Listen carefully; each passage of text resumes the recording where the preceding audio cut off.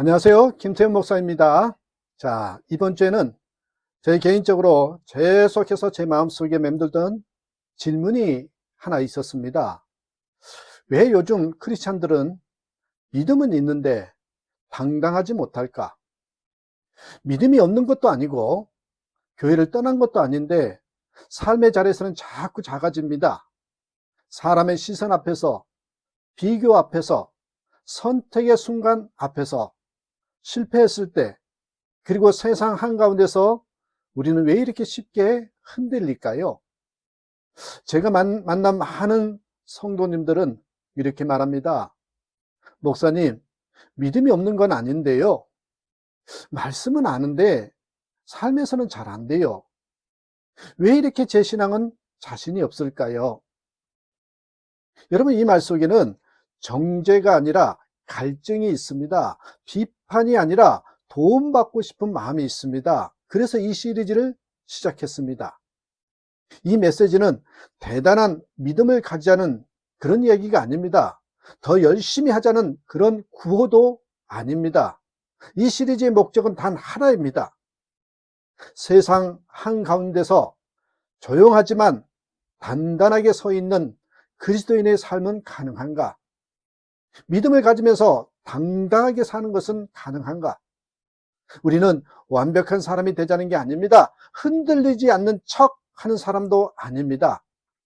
하지만 적어도 사람의 시선에 끌려다니지 않고, 비교에 무너지지 않고, 선택 앞에서 도망치지 않고, 실패했다고 인생을 포기하지 않고, 세상 속에서 신앙을 숨기지 않는 그런 사람으로 살아가고 싶지 않으십니까?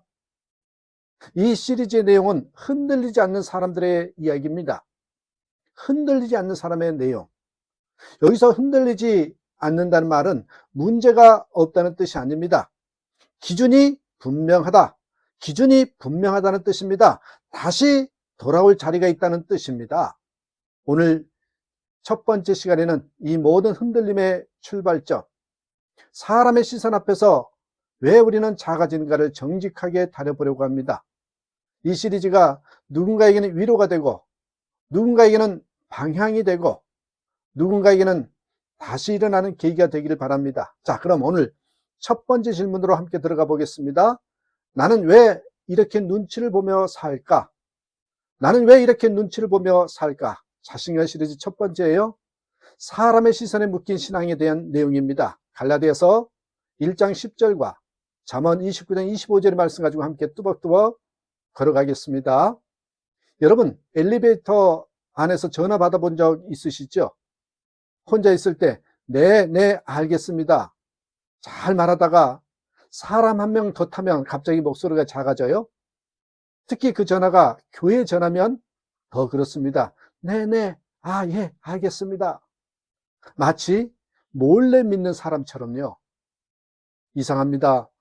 우리는 하나님을 믿는데 사람 앞에서는 왜 이렇게 작아질까요? 오늘 제목이 이 질문입니다. 나는 왜 이렇게 눈치를 보며 살까? 여러분, 눈치는 성격이 아니라 시선의 문제라는 것을 먼저 짚고 싶습니다. 눈치는 성격이 아니에요. 시선의 문제예요. 사람들은 이렇게 말합니다. 목사님, 저는 원래 소심해서요. 그런데요, 소심한 분들도 운전대 잡으면 성격이 바뀝니다. 왜냐하면 그 순간 신경 쓰는 시선이 바뀌기 때문이죠. 자, 비유하자면 이렇습니다. 운전할 때 백밀러에 경찰차가 보이는 순간 사람이 갑자기 거룩해집니다. 어떻게 해요? 속도를 줄이고 방향 지시등을 켜고 갑자기 교통법규를 사랑하게 됩니다. 왜 그러죠? 왜일까요? 보고 있는 시선이 달라졌기 때문입니다. 눈치는 성격의 문제가 아닙니다. 누구의 시선을 더 크게 의식하느냐, 그것의 문제죠. 그래서 여러분, 우리는 사람의 시선을 너무 크게 키워왔다는 것을 우리 스스로 알게 될 것입니다. 잠언 29장 25절에서 말합니다. 사람을 두려워하면 올무에 걸리게 되거니와. 여기서 올무는 짐승이 스스로 들어가 빠져나오지 못하는 덫입니다. 이 말은 이런 뜻이에요. 사람의 시선을 의식할수록 우리는 자유를 잃는다. 자유를 잃어버린다는 거예요. 학생 때 여러분 이런 경험 있지 않으셨나요? 시험지 나눠주는데 옆사람이 갑자기 나를 힐끔 쳐다봅니다. 괜히 마음이 흔들립니다. 문제는 같은데 시선 하나에 확신이 무너지죠. 신앙도 그렇습니다. 사람의 눈빛 하나, 말 한마디, 반응 하나에 내 믿음이 흔들립니다. 자, 여러분, 바울이라는 인물 아시죠? 바울은 왜 그렇게 흔들리지 않았을까요? 갈라디아서 1장 10절에 보니까 나와 있어요. 바울의 말은 아주 단순합니다. 내가 지금까지 사람들의 기쁨을 구하였다면 그리스도의 종이 아니니라. 보세요. 바울은 사람들에게 인정받는 삶을 포기한 사람입니다. 그의 삶의 기준은 하나였습니다. 나는 지금 누구를 기쁘게 하려는가? 나는 지금 누구를 기쁘게 하려는가? 여러분, 리모컨이 2개면 TV가 안 됩니다. 여러분, 사람의 시선과 하나님의 시선을 동시에 잡으려면 인생 화면이 계속 튑니다. 바울은 리모컨 하나로 정했습니다. 바로 하나님의 시선이죠. 자, 그렇다면 왜 사람의 시선이 더 현실처럼 느껴질까요? 이유는 단순합니다. 하나님은 눈에 안 보이고 사람은 바로 앞에 있고 하나님은 기다리시고 사람은 바로 반응하기 때문입니다. 그래서 우리는 무의식적으로 이렇게 삽니다. 하나님은 나중 문제, 사람은 지금 문제. 이게 우리 머릿속에 무의식적으로 잠겨 있어요. 하나님은 나중, 사람은 지금. 아이들이 부모보다 친구의 말을 더 따를 때가 언제입니까? 부모가 안 보일 때입니다. 신앙도 마찬가지입니다. 하나님의 시선이 희미해질수록 사람의 시선이 커집니다. 여러분, 우리가 눈치 보는 신앙을 가져서는 안 되는데 눈치 보는 신앙에 진짜 대가가 있어요. 눈치 보는 신앙의 가장 큰 문제는요, 스트레스가 아닙니다. 뭔지 아십니까? 자신감이 무너진다는 거예요. 눈치를 보게 되면 자신감이 무너진다는 거예요. 결정 앞에서 늘 흔들리고 이게 맞나? 계속 확인하고 믿음이 삶을 이끌지 못하는 거예요. 여러분, 비유하자면 이래요. 브레이크만 밟는 차는 앞으로 못 가지요.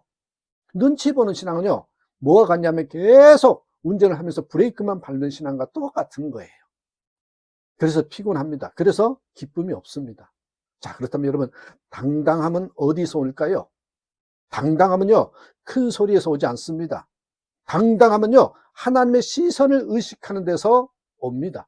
시선이 하나님께로 되어 있으면 당당함이 옵니다. 다윗을 보십시오. 사람들의 눈에는 실패자, 도망자, 문제아였습니다. 그런데 그는 늘 이렇게 말하죠. 여호와는 나의 목자시니 내게 부족함이 없으리로다. 여러분, 비유하자면 아이들이 어두운 길도 씩씩하게 걷는 이유가 뭘까요? 자세히 보십시오. 아빠의 손을 잡고 있기 때문입니다. 다윗의 담대함은 환경이 아니라 붙잡고 있는 손에서 나왔습니다. 그래서 여러분, 우리 시선을 바꿔야 되지 않겠어요? 이 시선을 바꾸는 훈련, 그건 결단만으로 안 됩니다. 때로는 이렇게 작지만 연습이 필요해요. 먼저 여러분, 사람 반응이 신경 쓰일 때, 사람의 시선이 자꾸 신경 쓰일 때 속으로 질문하십시오. 지금 하나님은 나를 어떻게 보고 계실까? 지금 하나님은 나를 어떻게 보고 계실까? 그 질문 하나가 중요합니다. 여러분, 눈치 때문에 미뤄둔 작은 정직 하나라도 한번 실천해 보십시오. 그리고 하루를 마치면서 이렇게 기도해 보십시오. 주님, 오늘 저는 누구의 시선을 따라 살았습니까? 여러분, 사람의 시선은 바람 같습니다. 불었다가 사라집니다. 하지만 여러분, 하나님의 시선은 닭과 같습니다. 배는 흔들려도 떠내려가지 않죠. 예, 닻이 있으니까요. 오늘부터 사람의 눈에서 내려와 하나님의 시선 안으로 들어가십시오. 그렇습니다. 다음 영상에서는요, 믿는데도 왜 이렇게 기죽을까? 정체성을 잃어버린 신앙에 대해서 나누려고 합니다. 오늘 말씀 여러분, 마음에만 남기지 마시고 삶에서 한 말씀이라도 한번 실천해보는 저와 여러분 되시기를 주님의 이름으로 축복합니다. 감사합니다.